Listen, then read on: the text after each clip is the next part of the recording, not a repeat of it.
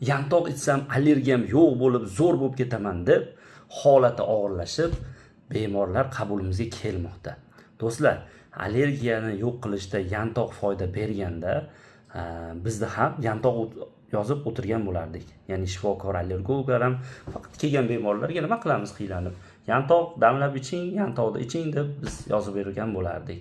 Do'stlar, yantoqda o'ziga ham allergik reaksiyasi borlar bor. Yantoqqa ham allergiyani tekshirish mumkin, bor yo'qligini. Kimgadir to'g'ri foyda qilgandir u yantoq.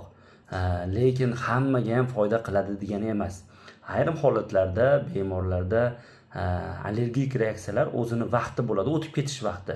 Misol uchun, deylik, ayrim bemorlarda may-iyun oyida allergik foni bezovta qiladigan bo'lsa, iyunda oxiriga kelib 3-4 kun yantoq ichsa, allergiyasi pasayib qolsa, yantoq menga foyda berdi deb o'ylaydi. Aslida unga mavsumi o'tib ketgan bo'ladi. Ya'ni gullash davridagi qaysidir o'to'lanlar, o'simliklarda o'zini ma'lum bir vaqt ta'sir qiladigan doirasi bo'ladi. Shu vaqti o'tib ketgan hisobiga prosta u yantoqqa bog'lab olgan bo'lishi mumkin. Shuning uchun yantoq ichishdan oldin yoki boshqa bir tabiiy narsalarni ichishdan oldin allergolog shifokor bilan maslahatlashing. Bo'lmadi deganda ham qandaydir shifokor bilan maslahatlashish kerak. Uchastka vrachingiz yoki bizni qabulimizga kelishingiz ham mumkin.